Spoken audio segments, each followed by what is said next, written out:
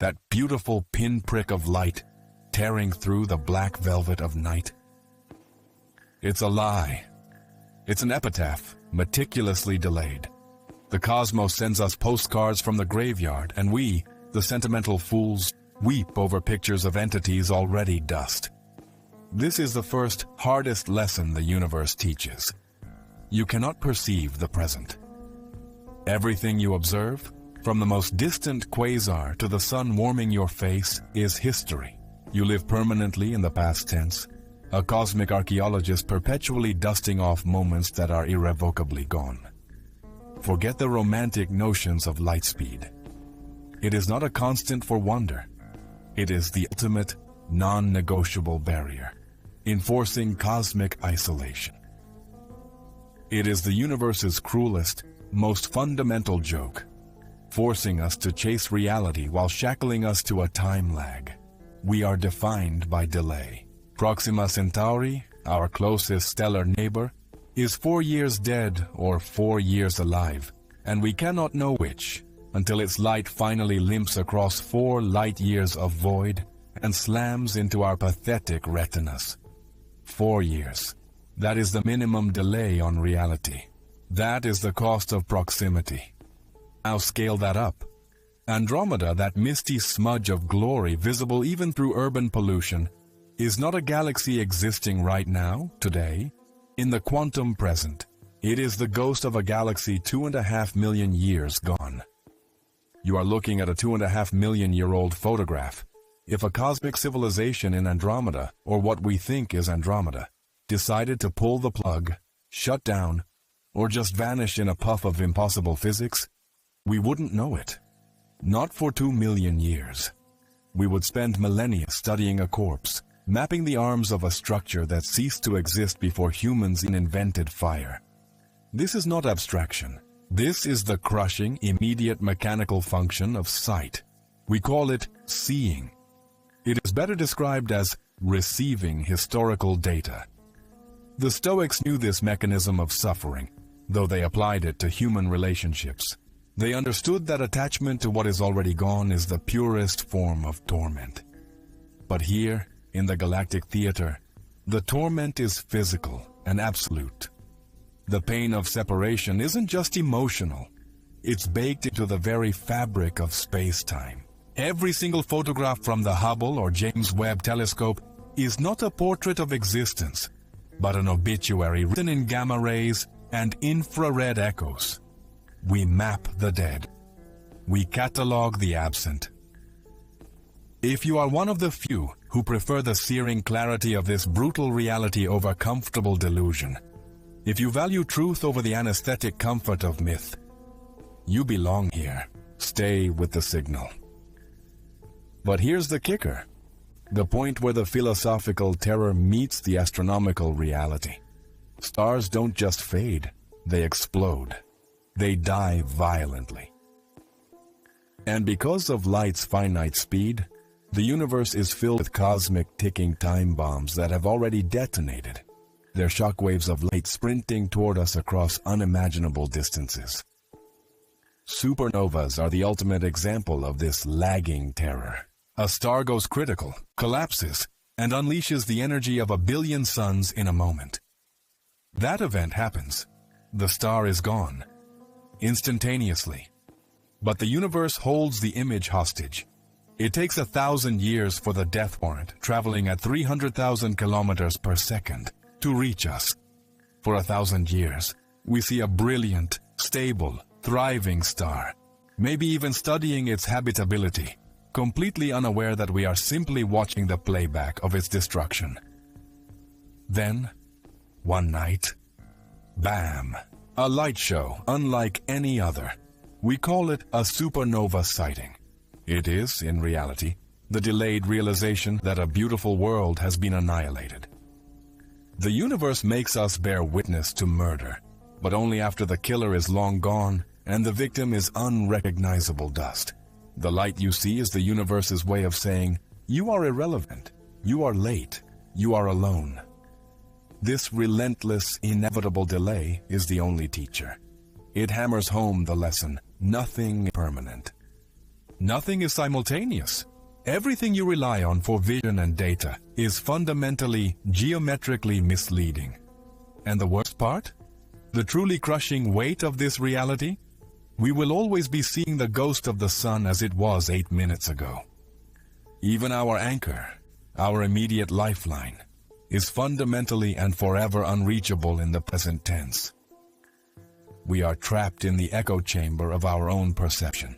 That ghost light, those millions of miles of void, they are our cosmic prison walls. That 8-minute lag for the sun is not a quirk of physics. It is the ultimate indictment of human agency. It tells you unequivocally that your most immediate actions are based on stale data. We are fundamentally reacting to a dead world. Forget knowing the present. We are paralyzed. You calculate your solar panel angle. You track a solar flare.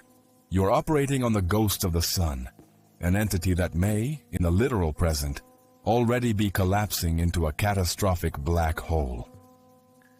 We would not know. Not for 480 seconds.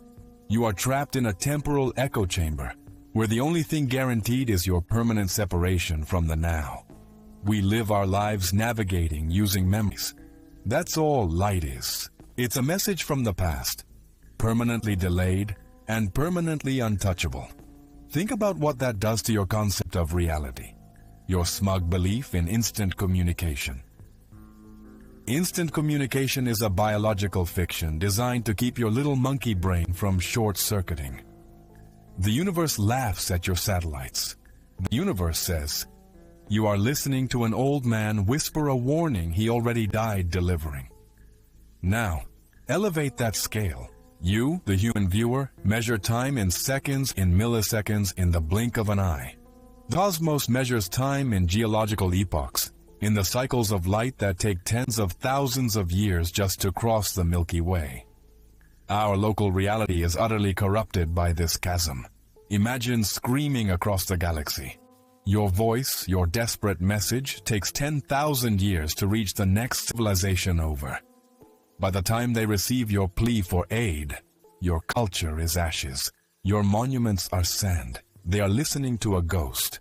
And if they reply, their reply is destined to arrive 10,000 years after the question became irrelevant. We are surrounded by conversations that died before they started. This forces a terrifying realization. The future is often determined by a past we haven't even registered yet. We are living under sentence of death delivered by an unseen judge. Consider the truly massive objects. The galaxy clusters millions of light years away. We look at Andromeda, currently rushing toward us on a collision course. We see Andromeda as it was 2.5 million years ago. But the gravitational forces that dictate our imminent cosmic smash-up? Those forces, those colossal waves of dark energy and matter, are acting right now. The physics determining our doom is current. Our visual data, ancient history. It means that the universe is playing a game of cosmic chess, and we only receive the moves 3 moves late. We don't have agency. We have delayed reaction time. And if you value the truth over the anesthetic comfort of myth, if you appreciate having your eyes burned open to this cold reality, perhaps you should stick around. This channel is where the uncomfortable truths live. This temporal paralysis isn't some niche astrophysics problem. It's the foundational structure of human ignorance. We build powerful telescopes, right? We think we are peering into the deep past, chart the creation of the cosmos. And we are. But the image of the early universe, the so-called cosmic microwave background, is not just an image of the universe when it was young. It is the image of the universe when it was young, from a distance of 13.8 billion light-years. That means every single point of light in that image represents a separate, isolated pocket of reality that could never have communicated with any other pocket of light at the time that light was emitted. They were outside each other's light cones. They were isolated islands. Think of the staggering irony. We use light to map the uniformity of the early cosmos, but the very mechanism of light speed guarantees that the parts we are mapping could not have known about each other. How did they achieve such perfect, smooth temperature and density across vast regions if information couldn't travel between them? This is the horizon problem. It's the biggest crack in our standard cosmological model. It's the universe screaming, "Your eyes are lying to you about uniformity." So, what is the answer? What terrifying mechanism smooths out the vastness when light itself proves communication was impossible? Inflation. That's the accepted, terrifying answer. Inflation posits that the universe, immediately after the Big Bang, inflated exponentially, faster than the speed of light, stretching the fabric of space itself. Now hold on. Faster than light? Yes. Space itself is not bound by the speed limit of light. Einstein only said that nothing with mass can cross that threshold within spacetime. But if spacetime itself is warping, expanding, rushing, then the rules break. The universe, in its infancy, cheated the cosmic speed limit, ensuring that distant parts that were once in contact got ripped apart at unimaginable speed. We are forced to accept the bizarre notion that for a tiny fraction of a second, the universe was fundamentally and ridiculously unstable, expanding into oblivion, just so that we, billions of years later, could look up and see a pleasingly uniform background hum. It's a band-aid solution. It's a necessary insanity. We are saying that reality committed an impossible feat, a cosmic infraction, just to make the current map look tidy. But let's be brutally honest. That inflation event, that momentary cosmic violation, happened so fast and so early that we can never, ever observe it directly. It is permanently on the horizon of empirical evidence. Inflation is a necessary fiction, a mathematical ghost required to make the light we see today make sense. We have built the foundation of modern cosmology on an unprovable event that fundamentally required breaking the rules of the universe. We are studying the universe through a screen door made of necessary lies. We call it science. I call it the sublime arrogance of creatures who think they can extrapolate 13.8 billion years of history from a few flickering photons that are always, without exception, late to the party. The final verdict, then, is crushing. The universe is not a movie we observe. It is a meticulously crafted historical document. Every star is a footnote. Every galaxy is a chapter finished long ago. Our perception of the present is nothing more than the fastest possible delivery of the past. You are a historian trapped in a temporal dungeon, doomed to witness the slow-motion collapse of things you never truly saw alive. You can look out across the vastness and see billions of years of history, but you will never see the present. And that means you will never truly know reality. You only know the echo. You only know the ghost. The echo. The ghost. That's all we know. Now stop looking at the stars. Stop thinking about inflation. And bring that devastating realization right here, into your own skull. We are living in a time delay. Every single perceived moment, from the light hitting your retina to the neuron firing that registers, "I see," is history. Everything is a lagging indicator. Your reality is always déjà vu. The chair you are sitting on, the warmth of the coffee cup in your hand, the voice you hear right now. The signal transmission required time. A nanosecond delay is still a delay. You never experience the present. You only experience the memory of the immediate past. The past is the only empirically verifiable place we can ever reside. The present is a lie told by physics, an impossible vanishing point we chase but never catch. Think about the implications. If the universe commits cosmic infractions just to make the books balance, if the foundation of all we know rests on an unobserved, rule-breaking expansion, what does that say about the reliability of reality itself? It says truth is expensive. It says comfort is cheap. We are digging beneath the surface noise, exposing the necessary fabrications that hold our comprehension together. If you are tired of the shallows, if you demand the intellectual pain that comes with confronting the real, necessary deceptions of existence, then you need to stick around and prepare for the drop. We must stop calling the Big Bang a singular event. It wasn't one thing that happened 13.8 billion years ago. The Big Bang is still happening right now. It is the continuous, desperate separation of everything from everything else.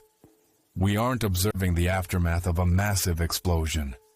We are standing inside the shrapnel cloud, and the fragments are still flying away from us faster than we can track them. And the expansion itself is accelerating. The universe is putting its foot down on the gas pedal. Why? We invented dark energy to explain this. We said, something unseen, unmeasured, undetectable is pushing everything apart. Is it a force? Is it a property of space itself? No one knows. They gave it a name, they wrote the equations, and suddenly, the problem of accelerating expansion vanished from the headlines and became a settled fact. This is not science discovering reality. This is scientists drawing a placeholder in the sand and daring the universe to erase it. And here is the brutal irony. The more the universe accelerates, the more of it we lose.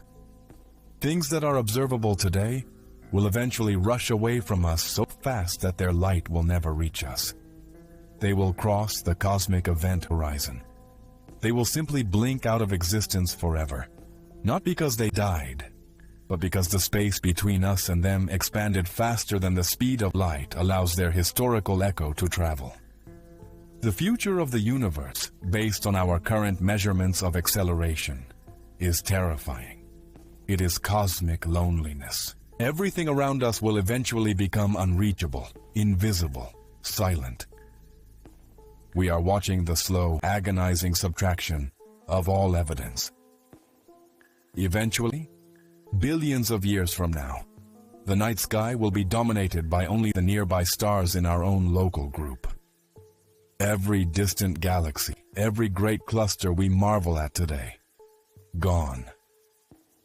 We will be stuck in a tiny island of light, surrounded by eternal, absolute darkness. Future civilizations, if they exist, will look up and conclude that the universe is small, static, and profoundly empty. Their entire cosmological map will be fundamentally wrong, simply because the historical data, the ghost of the distant past, was deleted by the expansion of space itself. They won't know about inflation. They won't know about the billions of galaxies we see now. Their science will be based on a lie of omission, a cosmic erasure performed by a dark energy we still cannot define. That is the final crushing joke of reality. Our current knowledge is only temporary. It is perishable information. Everything we believe to be true will one day be rendered impossible to verify by the very mechanisms of the cosmos we are trying to study. We are the lucky ones. We caught the universe while it was still talking. We are the last generation that will see the whole picture before the curtain falls for good. But are we even seeing the whole picture? No. We have already established that the most important event, inflation, is permanently hidden. We are trying to read a manuscript where the first and most critical page was burned, and the final pages are slowly dissolving into dust. The structure of the universe is not a beautiful, orderly progression. It's a chaotic, desperate race against the clock where the winners are always the things that travel fastest, and the losers are the signals carrying information. The only thing faster than light is the universe's own need to escape itself.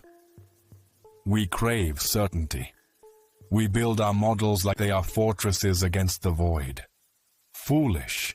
That acceleration is the ultimate anti-certainty machine, designed purely to enforce humility upon any species arrogant enough to draw a map. It tells us we are renters, not owners.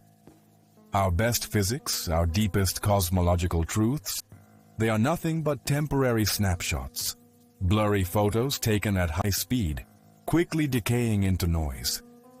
You think your life is stable?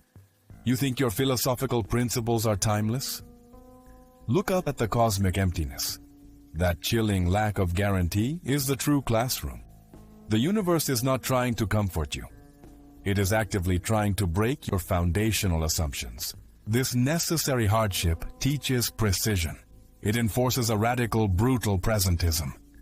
Only when you face the inevitability of total data loss, the complete erasure of cosmic history, do you truly appreciate the desperate miracle of the moment of observation. This cold, agonizing understanding is the only honest knowledge available to us. This is the Stoic hardcore position written into the very fabric of space-time. Pain is the price of truth. The cost of admission to reality is the acceptance of absolute loss. We talk about dark energy like it's some passive, benign constant, perhaps just a pressure gauge in the machine. It is not. It is the engine of betrayal. It guarantees that the universe will never be a closed, solvable system for human intelligence. It guarantees obsolescence. Think about the photons screaming across billions of light years right now. They are running a marathon they cannot win. Their destination, the galaxy they seek to illuminate for us, keeps receding faster than they can traverse the distance. Imagine the quantum energy loss. Imagine the information being stretched thinner and thinner, the signal turning into static until it's completely unreadable. This is not some abstract mathematical limit. This is physical deletion happening right now, above your head, systematically tearing the pages out of the book of the cosmos. This means that every civilization that develops the ability to observe the deep sky is granted a brief, temporary window of truth, a fleeting moment of cosmic clarity before the fog rolls in for good. If they miss the window, they are doomed to a provincial, isolated, and fundamentally wrong view of reality. They will build their science based on flawed data, assuming an isotropic, boring universe, a fatal error born entirely from having been born too late. This is what you must internalize. Our moment is special because it is endangered. It is special because it is fleeting. The true weight of any major scientific instrument we launch today, like the James Webb Space Telescope, is not just that it is looking back. It is that it is desperately archiving a massive, invaluable library that is currently on fire. We must catalog everything.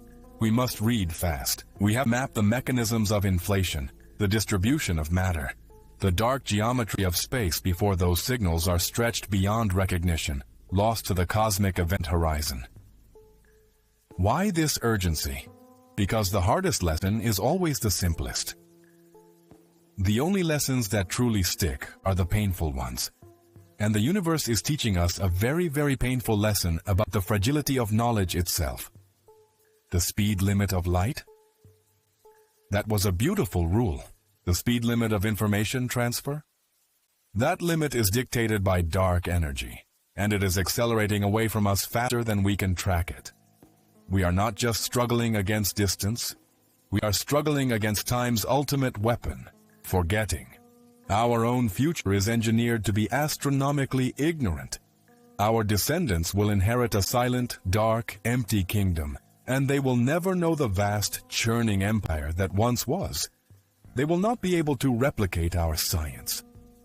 They will think we were mad poets, talking about invisible structures and vanishing galaxies. They will be wrong. We were just born at the right time. But even the best-timed observer can't see everything. We already admitted that the beginning, the explosive moment of inflation, is entirely beyond our ability to verify, because it smoothed out the universe and erased the evidence of itself. The entire grand narrative of the Big Bang is predicated on a violent event that has been surgically removed from the observable record. We believe it happened because the math demands it. We accept the existence of a dark energy we can't measure, driving an expansion we can only infer. This is faith masquerading as physics. This is why skepticism is mandatory. Always question the smooth narrative. Look for the wrinkles. Look for the erased pages.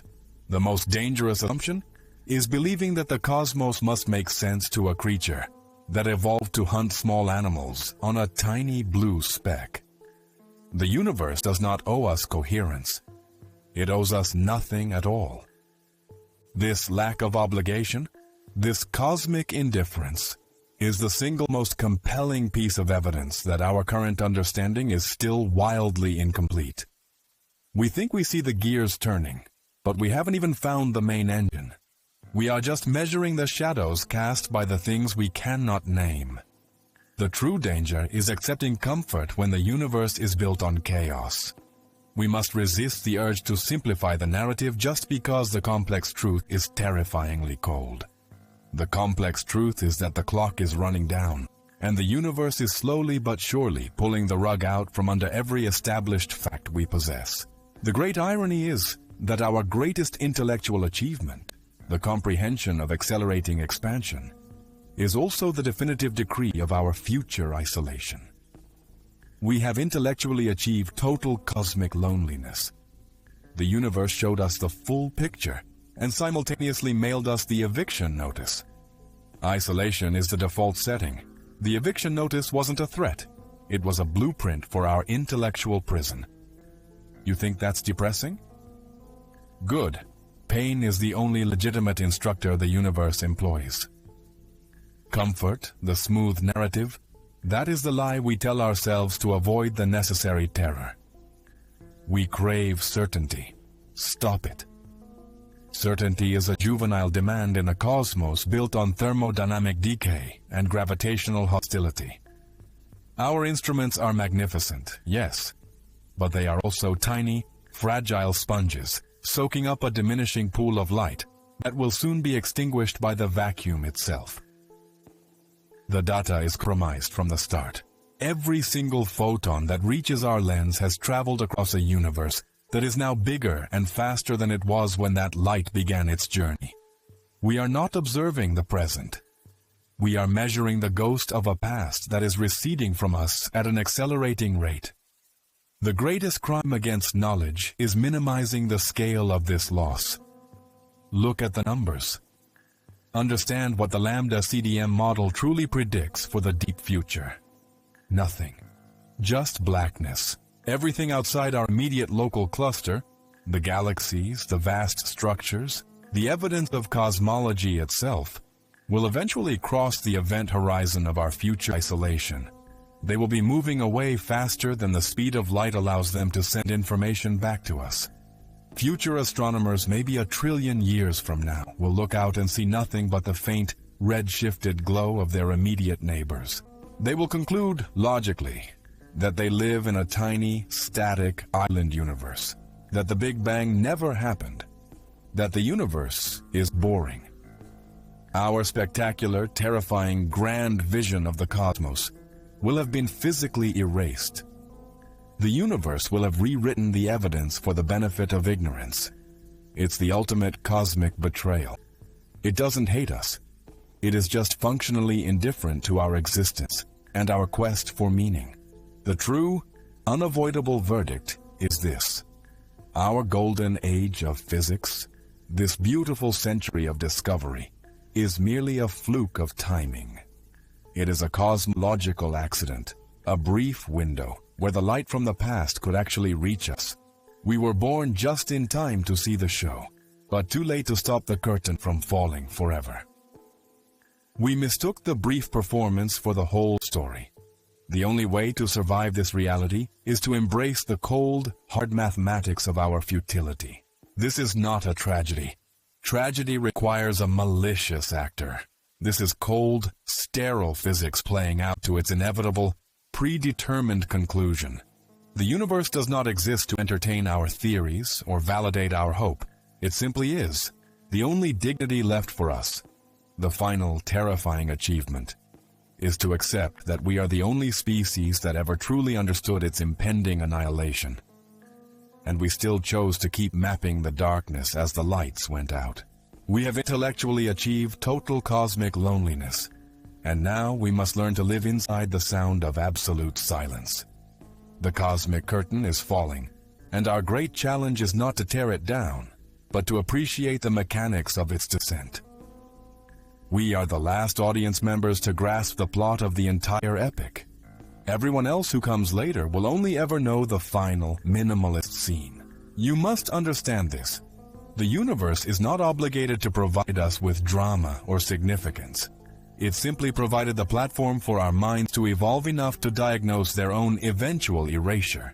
That is the highest honor.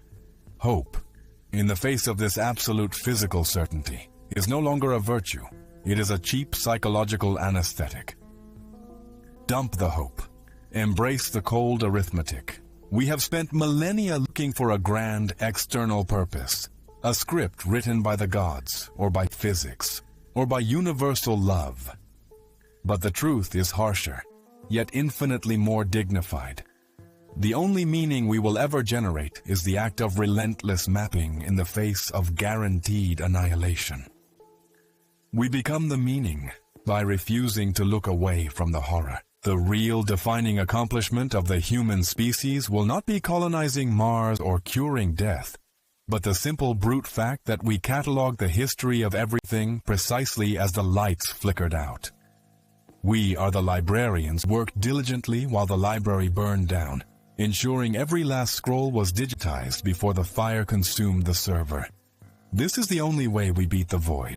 We do not stop the universe from erasing the evidence. We simply create a better, intellectual memory of that evidence right now. We engrave the Big Bang onto the bedrock of human understanding so deeply that even when the physical proof is redshifted into oblivion, the intellectual concept of the universe's grand scope persists within our dying civilization. This is the true Stoic victory. You cannot fear the dark if you are the one who mapped it. The pain of knowing our impermanence is the sharpest teacher, cutting away the delusions of eternal significance. It demands maturity.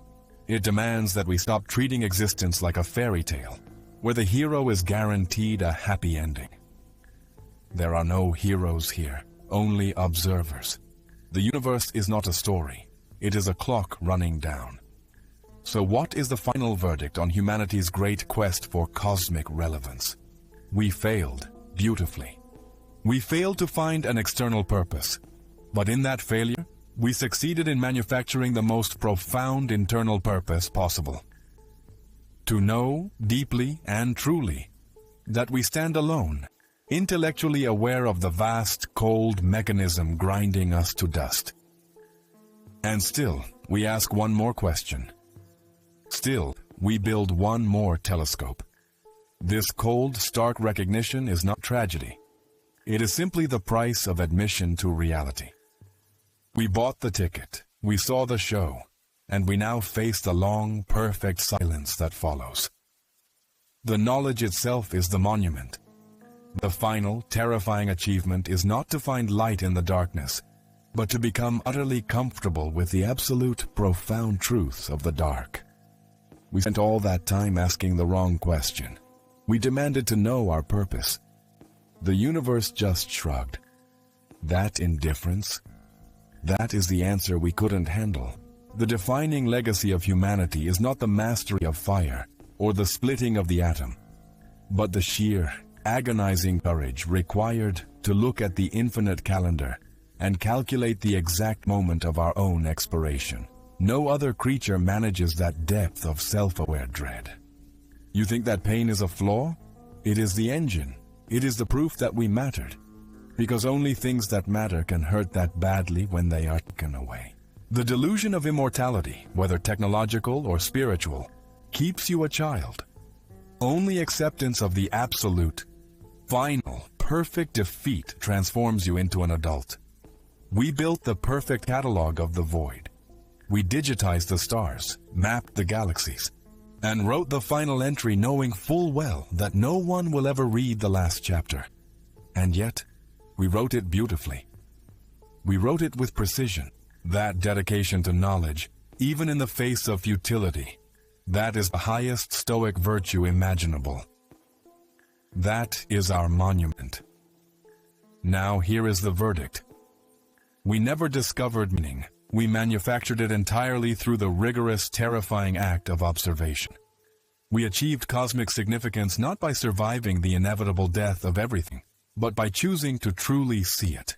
We earned our place in the cosmic story by being the only species, perhaps the only consciousness in this sector of the timeline, willing to endure the intellectual cold that comes with absolute truth. We are the ones who watched the fire, who felt the heat, and who spent the final moment scribbling down the exact temperature. You cannot stop the cold, but you can refuse to be surprised by it.